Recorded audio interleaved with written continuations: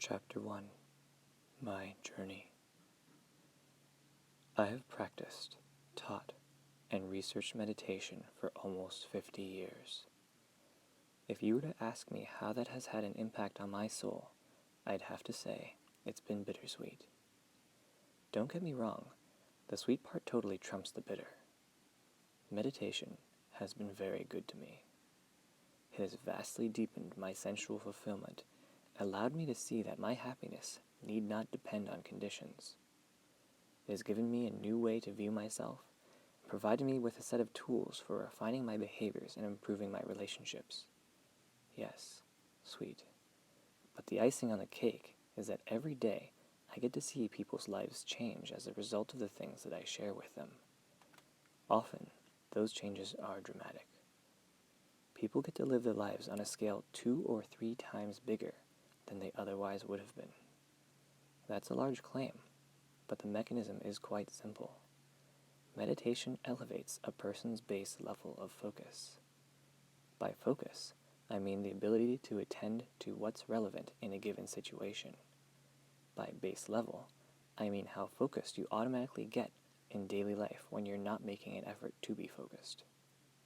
If you're consistently 2 or 3 times more focused in each moment of life, then you are living 2 or 3 times bigger, 2 or 3 times richer.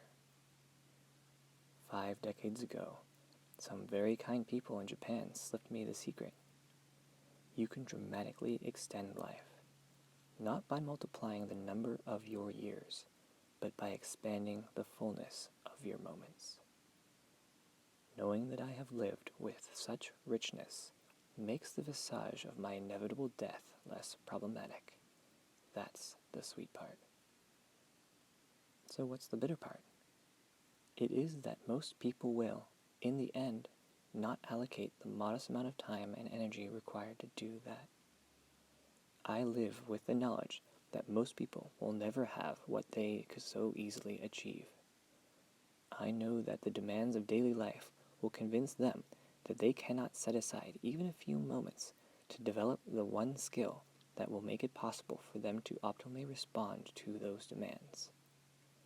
The phrase, "What's wrong with this picture?" comes to mind. But once again, don't get me wrong, I'm not bummed out. In fact, I'm quite optimistic about the future. I explain why in the last chapter of this book. Although we may never meet in person, I feel subtly connected to you through these words. And whether you have a meditation practice or not, the mere fact that you're interested in a book like this means that you've come a long way.